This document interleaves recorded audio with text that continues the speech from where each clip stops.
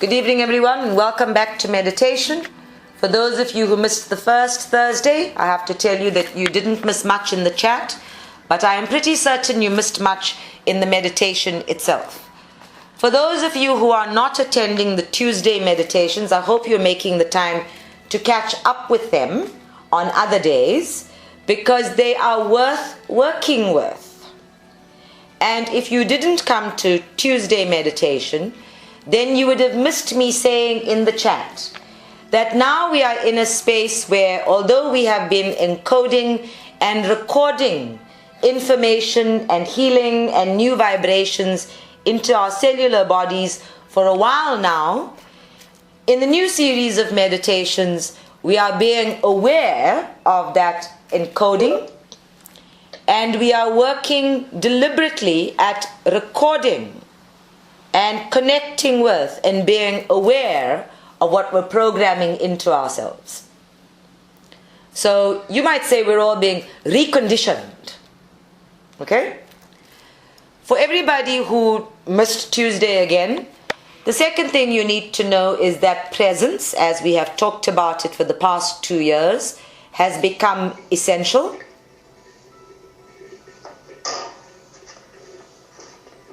Anis, please can you put yourself on mute?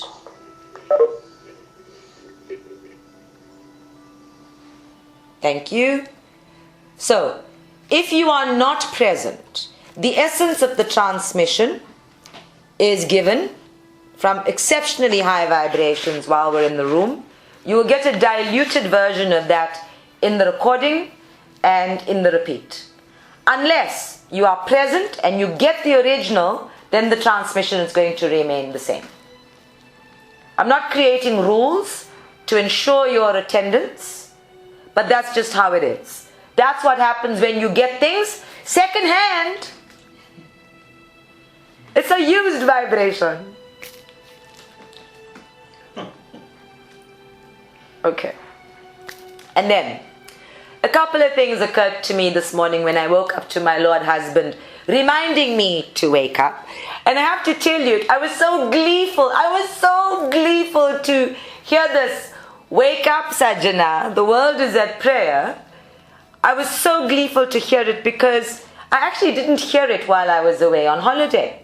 It was like the Lord husband gave me a holiday and I didn't have to be in service. So when I heard it this morning, I perked up immediately and I was like, yes, the world is at prayer. What can we do today? And I got a few answers. The one was the necessity of being properly grounded, especially at this time where we are still feeling buffeted. So if we take longer to get grounded in the meditation, so be it. One of the things I'm going to be looking for in the meditations as I work with the network is to check whether everyone is in fact properly grounded, and we are going to move into the practice of ensuring that we are getting grounded from our crown chakras as well as our base chakras. Because the crown chakra and base chakra are directly connected with each other, it's very easy to do so. But grounding 1008 petals, or the energy of 1008 petals, takes a little more effort, a little more intention, and a little more awareness. So we're stretching the basic practice to include the crown chakra, which then automatically includes all of the chakras. Okay? So even if I don't say it in the meditation, do it. Okay. And then, I got reminded that here in this center, when I call upon guides and angels and masters, I work from the knowing that they will be present, and I trust that you all follow that knowing and feel them fully present with you, or engage with it in the knowing that I know, which again is second-hand. So we're doing away with second-hand stuff. So one of the things that we're going to be doing in this year of living intuitively, remember last year was the year of living intentionally. This year we are living intuitively, is that we are going to practice in these sessions the being silent, the connecting with spirit, the tuning into ourselves and that relationship. and working consciously with angelic energy. So for everybody who knows that angels do not have wings, that they are not these romantic, airy-fairy things that you are going to buy as statues and have standing around, please let's all agree that the angelic realm is in fact a series or a variety or a spectrum of frequencies. That it is designed, not was, because even God operates in the now moment. So the angelic realm is designed to serve. Okay? Are we on a keyword of service this month? Mm-hmm. Okay. Designed to serve. That's what it does. Within that realm, in order to explain the frequencies and the spectrum of angelic wisdom or angelic service, Thomas Aquinas created a classification system.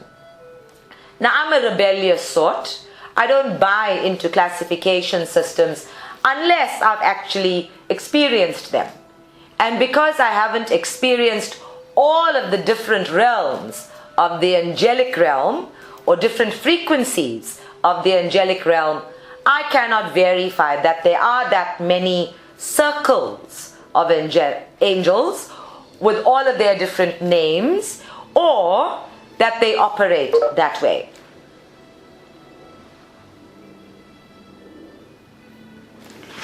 What I do know from personal experience, and I do try to teach from that as often as possible,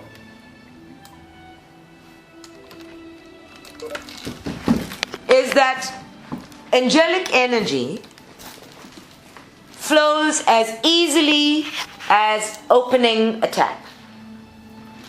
And recently when I was at Mont St. Michael and we were sitting there at this midnight mass, and I was stretching my energy in order to reach the uppermost ceiling, under normal circumstances that would be easy for me. It's a building.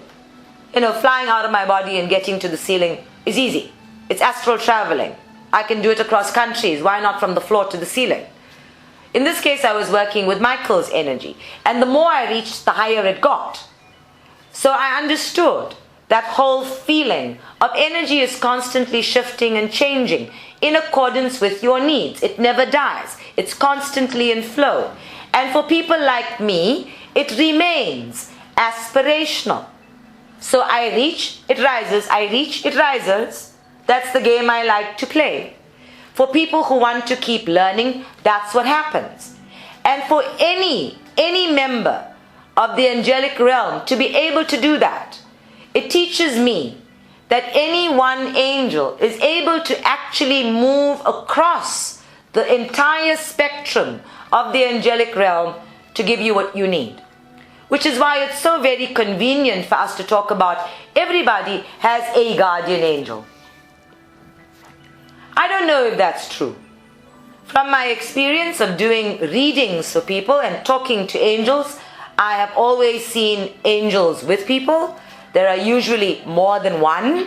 If I say, are you a guardian angel? Because providing protection and guardianship is one of their duties, the angels always say yes.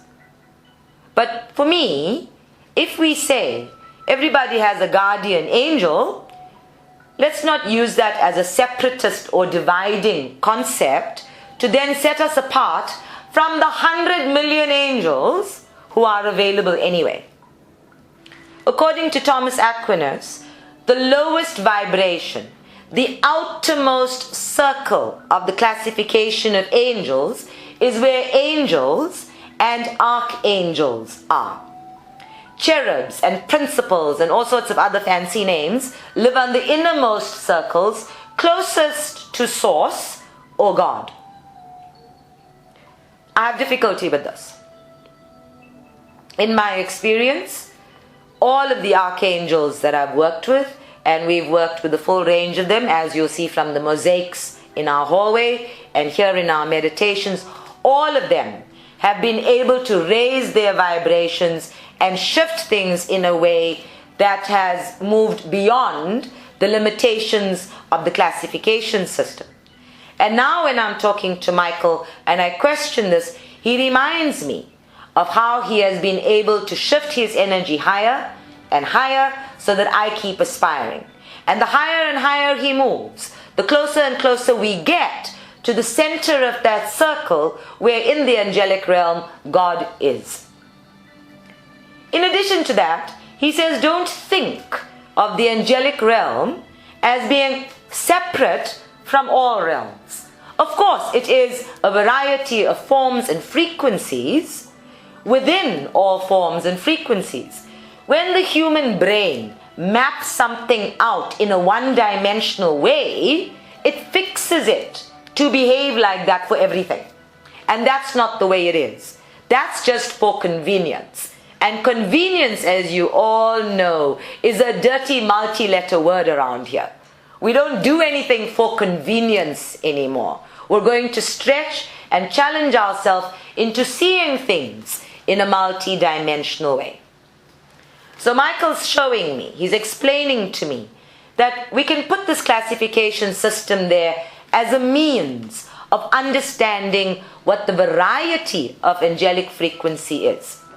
But at no time should we take this classification so seriously that we think it makes us smaller or less or makes the angels inaccessible.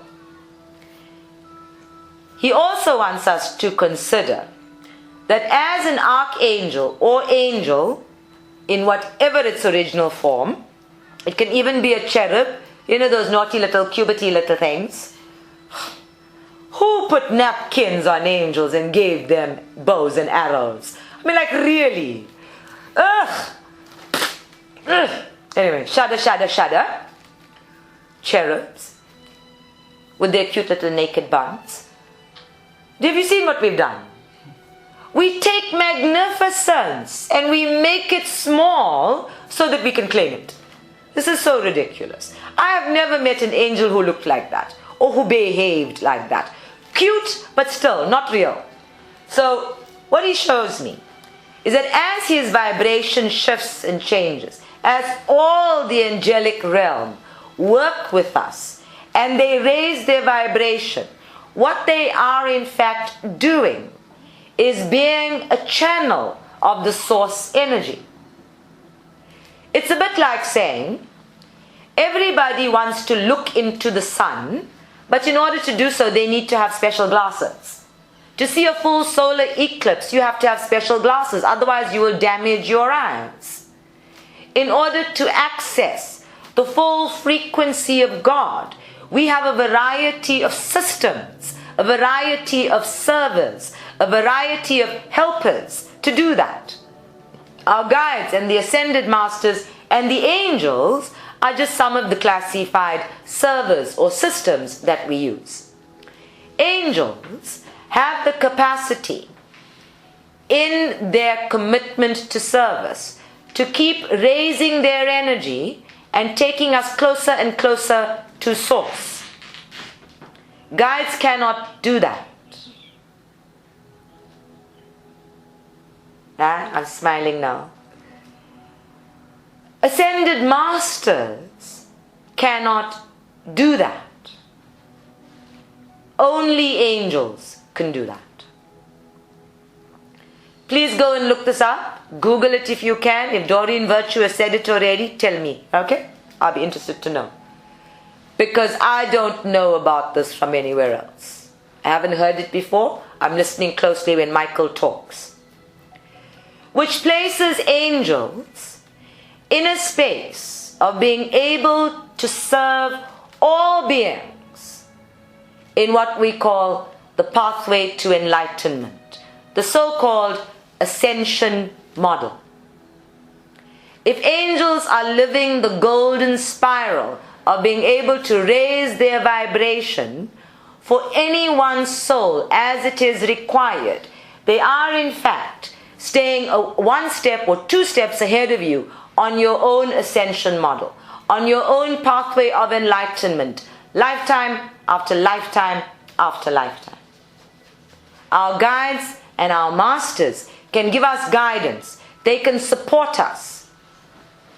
But they can't stay ahead of us. They cannot keep their energy one step ahead of you and focused on you in terms of your shifts and changes, which I think is the most miraculous thing about angels. So I'm thoroughly enjoying this new understanding, this new vibration of Archangel Michael and all that he's teaching me about angels. We have so limited their roles.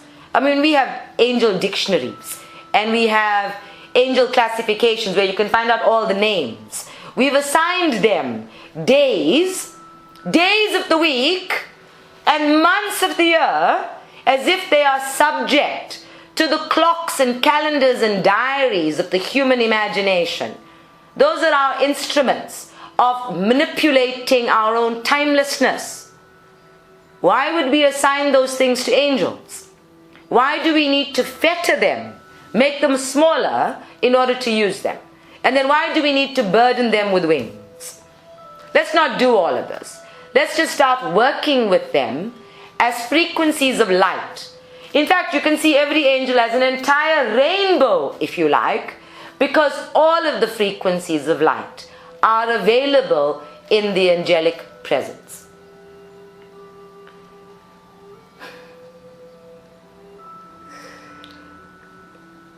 One of the things that always interests me about angels is that I have always looked upward. I always look upward, automatically. It's a conditioned thing.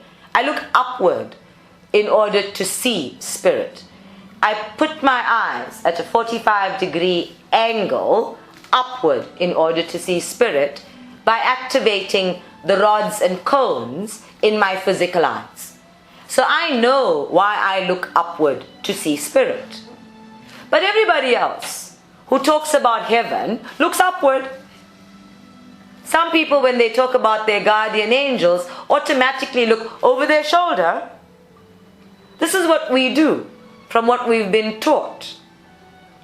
And so I have a habit of whenever I'm in a church or a mosque or any sacred space, including temples, I look upward, fully expecting that that's where the angels would be. If they're floating around, they're sitting there. And they don't ever disappoint. Because I expect to find them there, that's where they meet me. If I looked over my shoulder, they'd meet me there. If I looked at my feet, they would meet me there. Wherever I place my attention and my awareness to meet an angel, it meets me there. So you can close your eyes in meditation and go quietly to your heart and meet an angel there. You can look into somebody else and meet an angel there. This is the marvelous flexibility of spectrums of light that are created solely, S-O-U-L-Y, solely to serve. I went to Notre Dame for International Mass. And when they said it was International Mass, I thought it would be multilingual. It wasn't. It was all in French and Latin. So I occupied myself while enjoying the singing and the chanting and the organ playing by looking skyward and looking behind me at the organ itself. Now Notre Dame has these most amazing stained glass windows. So you see beams of light flowing in. And it is very difficult in those beams of light to discern orbs of an entire spectrum of light flowing around. I turned to Pascal and I said, please can you take a photograph of the organ so I can send it to Susan. And then I turned back to keep looking skywards. And Pascal turned around with his camera, took the picture and shouted back at me, I see orbs. There they were, just like en masse, floating around, attending international mass. Some of those angels were directly associated with people who were in the church, people who were in prayer, people who were walking around, people who were just looking as tourists. But this was a great place for them to gather. Because people gather here in prayer, they will meet you here. It just happened to be a church. And despite all of the different colors of light flowing into the church and the candlelight, and it's fairly dim inside the church, I might add, so a flash is required to get a good photograph, there were all of these orbs. It was beautiful. And I knew, even as I thought it, that if I turned to all of the Catholic people around me and said, look, the angels are floating all around, they might have called out those men with little white coats and had me shipped off. Despite the fact that the Bible speaks most emphatically about the creation of angels and the presence of angels. Angels don't actually care whether we believe in them or not, whether we have faith in them or not, whether we ask of them or not. They serve anyway. That's what they're designed to do. That's their divine duty, and they fulfill it. They are in the service of God. They are not in the service of humanity. For us, on this planet, because we identify as the be-all and end-all of God's intentions and creations, angels were designed to serve humanity. Bullshit. Angels were designed to serve all creation. That's their frequency. That's their divine intention. Those tiny little planets that's chasing the sun in this tiny little galaxy is a dot on the horizon for the 100 million angels who are serving everywhere. So we have to be gracious. Let me assure you that the angels serve species that are far more intelligent than us human beings. They serve species who are far more creative and compassionate and loving and far more aligned with being angelic than human beings. They serve dogs as well. Okay. Just Pandora had a quick question about that. Are you reassured? Dogs have their own guardian angels. Yours is off duty. They serve animals, they serve all life. Plant life, animal life, human life, which is what we know. But they serve life as it is evolving in all creation, in parts of the universe that we don't even know exist. So there is this consistent stream of intelligence that we think of as being the angelic realm, which is divine intention at work, or a divine wisdom at work. When we look at the angels and we say, what special powers do they have? Why should we tune into them? If they're there to serve anyway, then they'll serve. Well, one of the things that they do without you having to ask is that in order to maintain divine order, it is their job to avert disasters, anything that is life-threatening. Oi, we're working here.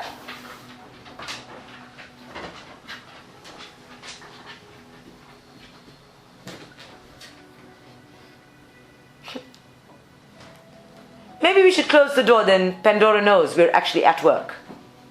It's her signal that says we're taking this seriously. Okay, let's take it lightly. We're working with the angels. Where was I? How they serve.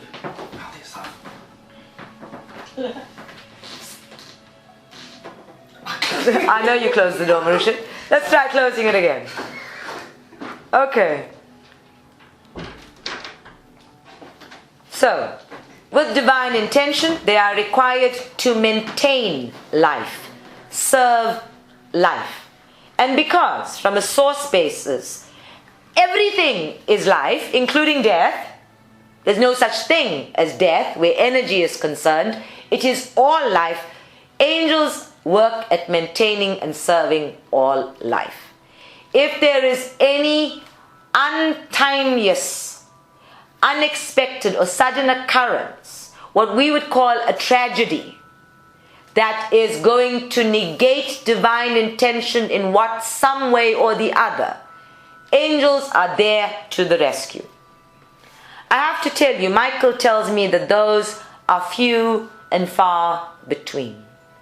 The way the universe is designed in its random chaos and its complete order simultaneously, there are very few things that happen that do not flow from an intention, that negate divine will.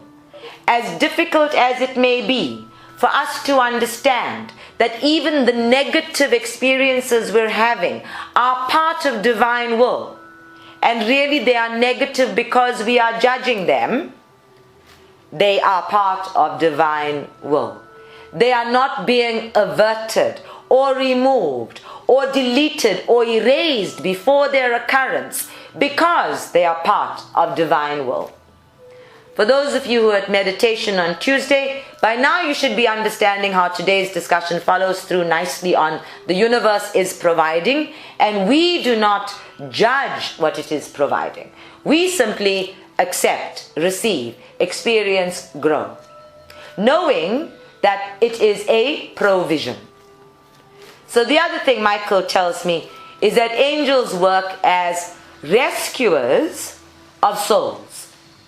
So when something has happened, if you're in shock, for example, and you need to be realigned with your physical body, because if you are not realigned with your physical body, you may inadvertently disconnect from it, then they act as rescuers to keep you with your body, to keep you intact, to ensure that you are protected from your own intentions, because free will is such a mighty force in the universe.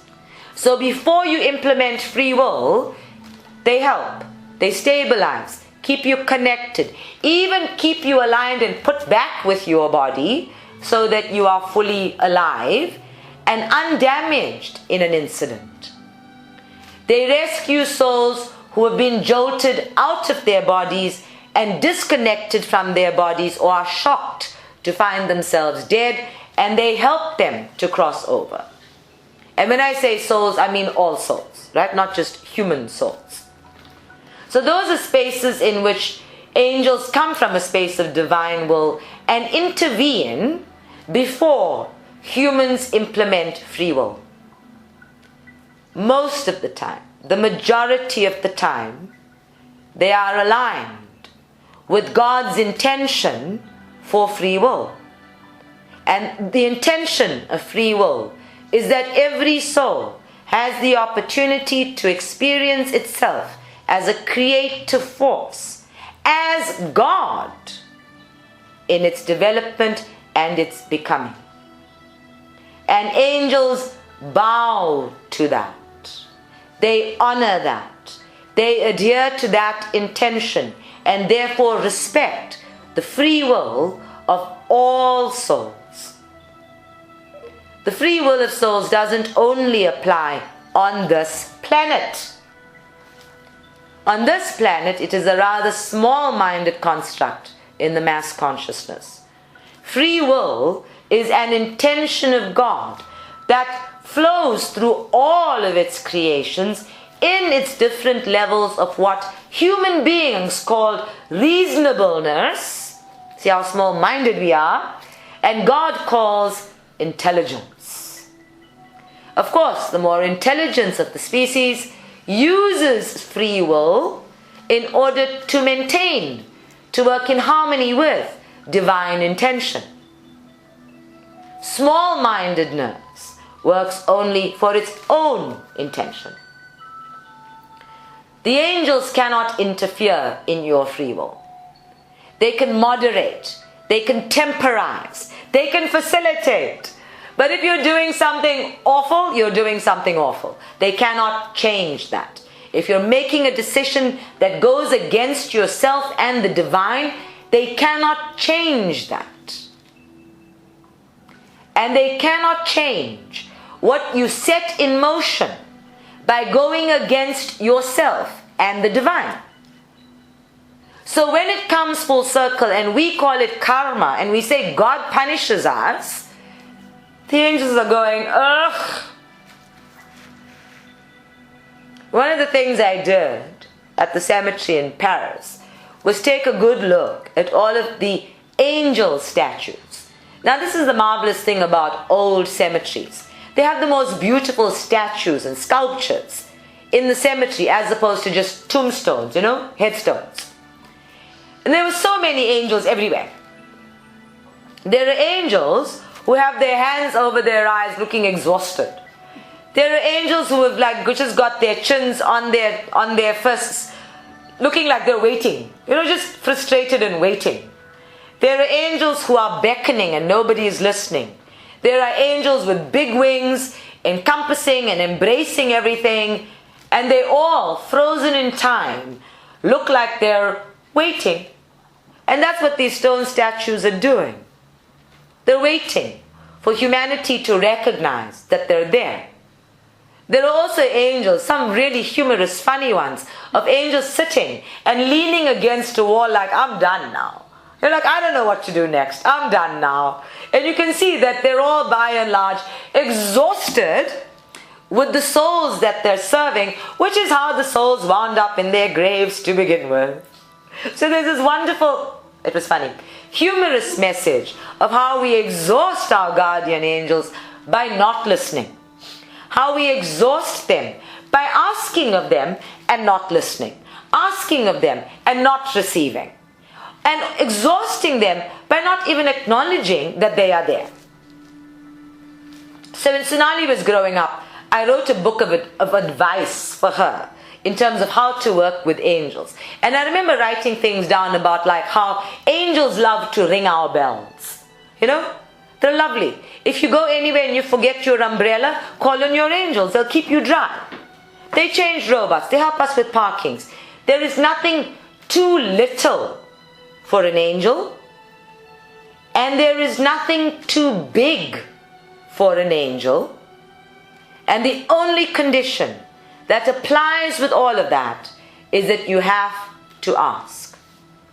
They cannot, in terms of their job descriptions, to adhere to divine intention, they cannot help you harm yourself or another.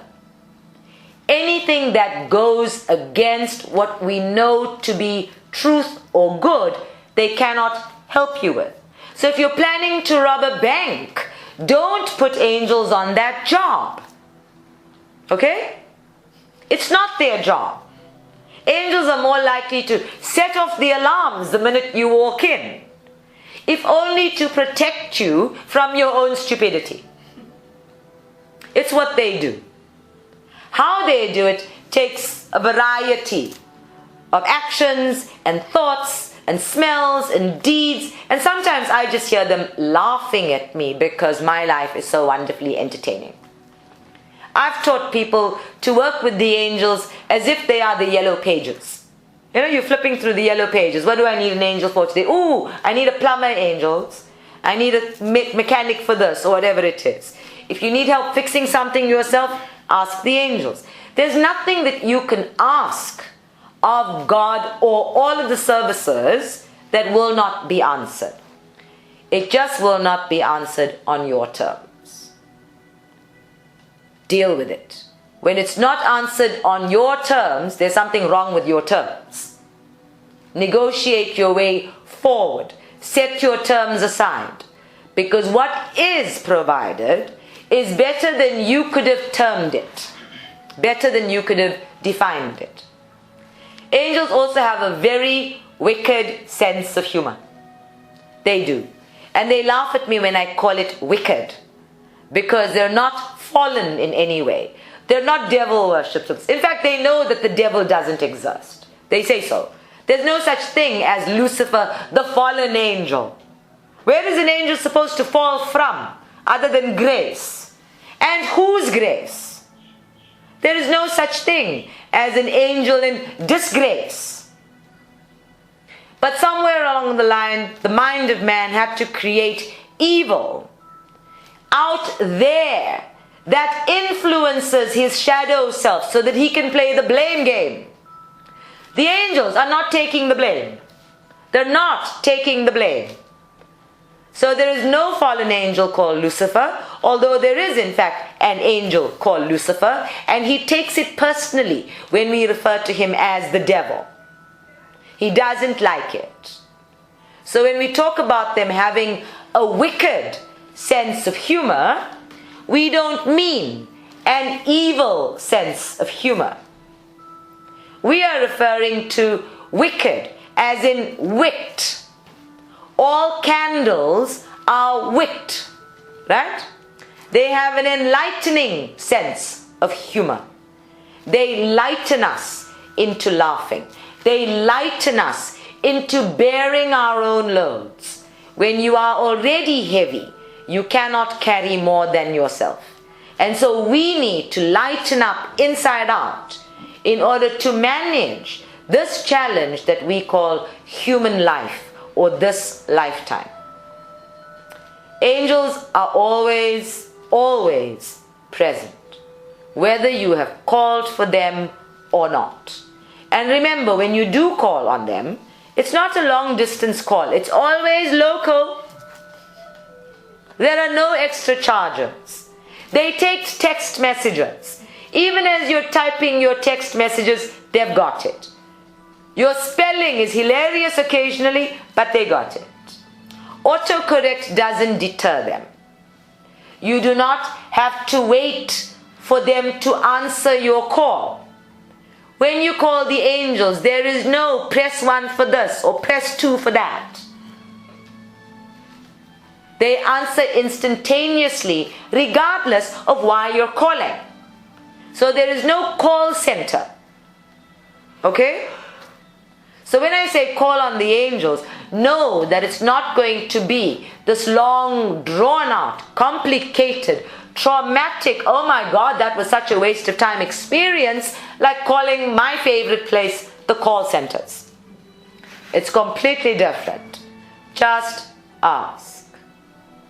Ask graciously. Where we meet ourselves and we meet others and we meet spirit in grace, we are harmonizing, we are synchronizing. So ask graciously. And if you ever are tempted to ask your angel, where have you been all this time? Remember to turn the question in on yourself. Because your angel is always exactly where you are. One of the fun things about angels is that all of their names end in EL. And all of their names mean something of God. It is always something of God. There is a clear identification of where they come from in their naming system. And yes, they do have names. They call each other by name. They speak to each other by name. And they do that in my presence, perhaps for my convenience, or so that angels or other human beings and other souls can tune into it, but they use those names in order to maintain the connection. Can you imagine me calling Archangel Michael and not having a name? Oh, I'd be going, yo, toy boy. Not very gracious, but gorgeous, right? So, when they present us with an image, it is usually to meet us in familiar grounds. So if you're seeing your angel with wings, it's because you've seen those pictures. You know that's what angels look like. And if you see this angel with wings, you'll identify, you'll see, oh, an angel. If you see that angel without wings, you'll think it's an ordinary person. You won't know it's an angel. If you say an angel with a tipsy halo, you might think it's the saint. Right? So they actually have to work with you in terms of what you already know, in order to ensure that the relationship continues. They are always willing to work at the relationship with you. Meet them halfway. Graciously meet them halfway. Every set of extra long stairs I had to walk up. At the bottom, I am asking for the angels to help. And somewhere along the way, I'm taking a deep breath in and going, angels, lighten the load. I have to carry myself up all these stairs.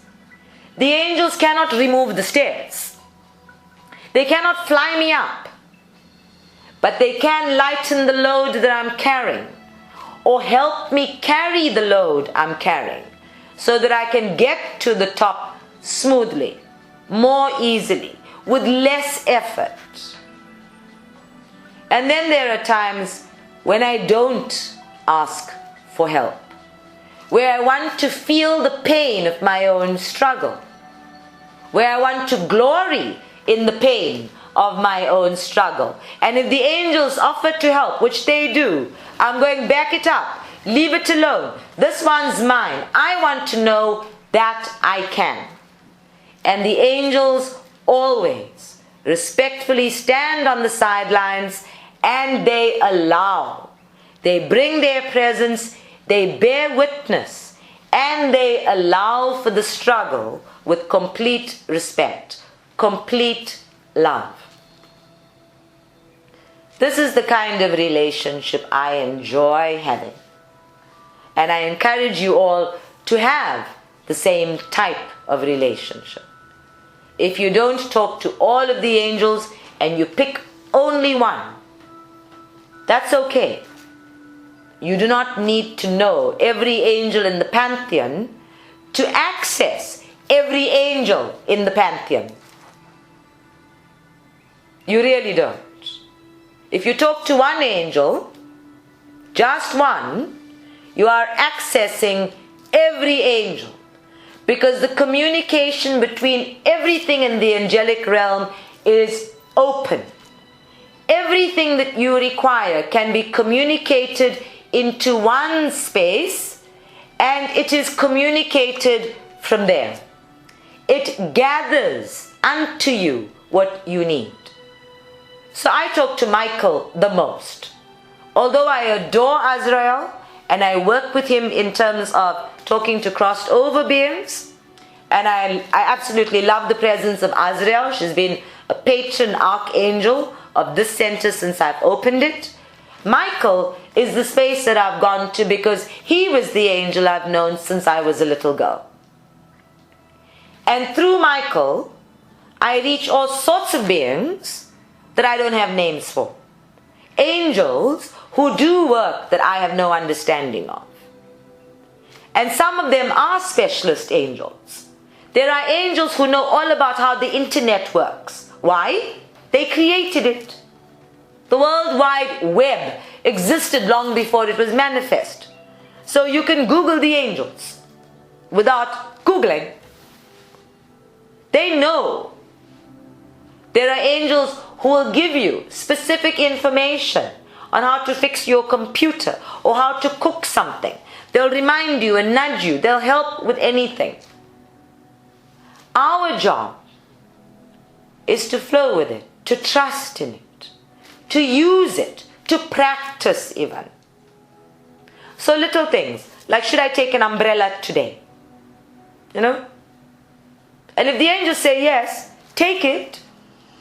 Don't sit around the whole day checking for it to rain. Just take it. Who knows? You might need that umbrella to defend yourself, to hit somebody over the head, to protect yourself from the sun because it's actually not raining. It's shining too hard. You might need that umbrella to give directions. You might need that umbrella to use it as a walking stick. You might need that umbrella because somebody is sitting under a tree and lives there for overnight, and you give it to them as their own shelter. Who knows? But if the angels say take an umbrella, take an umbrella. Sometimes the mere act of taking an umbrella ensures that it doesn't rain. Doesn't that so? What do we call that? Murphy's Law. Yeah. Who knows? I don't know how it all works. All I know is that it works. And it works wonderfully. And when we look at this angelic realm, and we consider that we've given them a classification system, and in doing that we've said, angels, help us with specific things. Help us with specific areas of growth in our mass consciousness. Then we have asked Raphael, whose name means whom God heals, to help us with healing. We've asked Ariel, the Lion of God, to help us be protective of our planet, to help us be prosperous so that we don't need to be greedy and keep raping our planet. We've asked for help in dealing with our animals and healing them. We've asked for help with communication. Gabriel, the messenger angel, the Word of God. We've asked for all of this help. We have named the angels in terms of the help we require. Raguel, Zadkiel, all of them. We've given them names. We've asked them to help us with specific areas of mass consciousness and then proceeded to ignore them. And they are all constantly giving anyway. Exactly as we have sacred spaces here on this plane, there are sacred spaces on all other planes. And the angels have their sacred spaces where you can go for healing, where you can go to meet with them. If you talk to people who talk about angels and channel them also, they'll tell you, angels have what we call ashrams. You know, they love stealing all the Sanskrit words for things. So, the westernized people call them ashrams of the angels. It's so nice to have that whole AA thing. It's called alliteration to work with. But when I'm at Mount St. Michael, I feel like at Mount St. Michael, it is an ashram of Michael. That the heavenly replica or the energetic replica of it lives right there and has done so for aeons of time before this island was even built. And that for me is the magic of it. So there is magic and mayhem in working with the angels. They can create confusion and they can lead you astray, seemingly so, until they set you straight. Your job is to lighten up, have fun, enjoy. Remember, your angels take your life and your needs seriously so that you don't have to. Okay? And then, of course, Michael says, and he's very cute today, he says, whatever you ask of an angel, remember, it is delivered. It is delivered in perfect time. There is no such thing as an impatient angel. What there is are angels who are following their job description, which is to fulfill divine intention with the act of service. And divine intention is always fulfilled in whose time? The divine's time. In divine timing. If you really want to hurry things along, because we have clocks and calendars, then you need to say to the angels, angels, I need to accomplish this by then. I need help sorting this out by that deadline. But be very clear that it must be a true deadline that is imposed upon you, and that you are not, in your skepticism and your doubt, playing games with the angels by giving them a deadline to meet when you are not feeling the pressure of that deadline yourself. That is called lying to the angels and is unacceptable. It is ungracious. They cannot answer a lie. Okay? You cannot ask with a lie. You have to be in truth. You also cannot say to the angels, so-and-so doesn't seem to like me very much. Please can you make them like me more?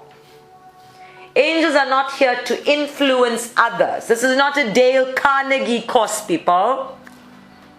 They cannot influence others into liking you or disliking you, loving you or not loving you, chasing somebody away or bringing them back. They cannot intervene with your free will. How are they going to intervene with another's free will on your behalf? And just very by the way, that action of interfering with somebody else's free will on your behalf, that's called manipulation and is an ego game. And why would you expect an angel to engage in it?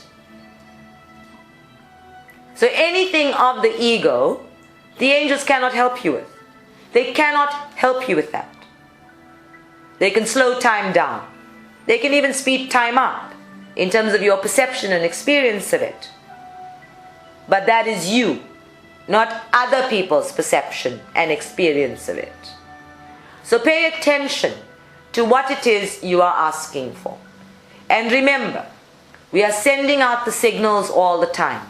What you ask for in your thoughts, or what you ask for in your heart, what you ask for in your writing, what you ask for in your talking out loud or praying, all of those things must be the same thing. They must be aligned. So you cannot ask for Monday to be Tuesday over here and for Monday to be Thursday over there. You cannot say one thing and feel something else. You must be aligned. Because then the angels will have to wait on which signal is stronger to answer it. And then of course, if that signal goes against you, they cannot answer it. This primary rule, that the angels are intended to serve divine intention, and in doing so serve all souls, is a rule that you cannot negate with any cleverness whatsoever. It is the rule that keeps all spiritual law in place. Divine intention first. The angels live by it, and from what I can see, are blissfully happy playing their clouds and playing their horns and singing in their choirs and flapping their wings occasionally. They're blissfully happy. I've never seen an angel frowning and worried about money. I've never seen an angel concerned about whether anybody's going to like him or not, or partnership relationship. The only place I see angels looking anything but blissfully content is in graveyards. Other than that, they look great. Angels love to present with color. They love to present with sound. They love to present with joyful, uplifting feelings. And yes, because human beings have now been taught that when you see a feather, an angel has come by, they use it. Any rule you've been taught, you know that when a bell rings, an angel gets its wings. So what happens? A bell rings, the angels do the fly past. They're very funny like that. So I was listening to bells ring, church bells ringing everywhere. And I was recording them ringing, listening, feeling them clear my energy field. And of course, as they're clearing my energy field, my ability to feel everything that I am present with got greater, clearer. So my awareness of the angels got more distinct. Why? Because I was clearer. But what did my angels do? They behaved like, here in Durban we have people who jump out at you on the street and want to clean your windscreen. I think we have them in Joburg as well. So what did they do to make fun of me? They jumped out at me as if they're clearing my windscreen. Because now I can see them more clearly. They're funny like that. They tease. They love to tease. And if you need a good giggle, tune into your angels. So today, we're going to be meditating with Archangel Michael. I have no idea where we're going, but I do know that we're not going to be teaching you how to connect to the angels, because we've done that and we've done that and we've done that. What we are going to do is look at what on earth it is you're doing here as a soul, and therefore why it is important that you be able to tune in to the divine in all of its frequencies at all. Okay?